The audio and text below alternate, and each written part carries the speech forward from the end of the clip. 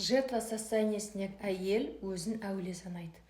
Ол осы тиранға шыдап жүрген үшін, осы тиранның бүкіл озбырлығына шыдап жүрген үшін, осы сынаққа шыдап жүрген үшін өзін күйеуінен жоғары қойып, осының барлығы менің арқамда, осы келіп жатқан нығметтің бәрі менің арқамда болып жатыр деп, өзін күйеуінен жоғары қойып, өзін әулие санайды. Оның бала-шағасы үлкен жетістікке де жетсе де, бала-шағасының жағдайы жақсы болса да, осының барлығы менің арқамда болды деген оймен ол өзін әулие санап, өзін күйеуінен жоғары қояды. Бұның барлығы әрине на подсознательном уровне болады. Бұл состояние қай уақытта шығады? Кішкентай кезінде әке-шеше өте қатал болған болса, бала өзінің ішіндегісін айта алмаған, қалауын айта алмаған жағдайда оның әке-шешесі кеткенде оның орнын күйеу басады. Сол состояниеге енді ол күйеуінде де сол состояниемен күйеуге тисе де ол сол состояниеде жүретін болады.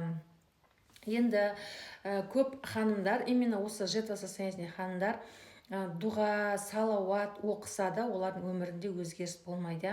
Қанша әрекет етіп жатырмын, бірақ ешқандай өзгеріс жоқ. Қанша оқып жатырмын, сол қарыз, осы состояние, осы нәрседен шыға алмай жатырмын, осы батпақтан шыға алмай жатырмын деп келеді.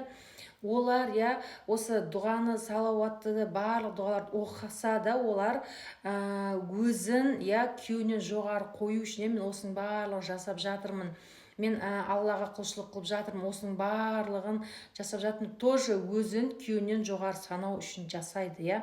Сол үшін оларда нәтиже жоқ, сол үшін оларда өзгеріс жоқ. Қыздар, бұл состояниеден шықпай, сіздің өміріңізде өзгеріс болуы өте қиын.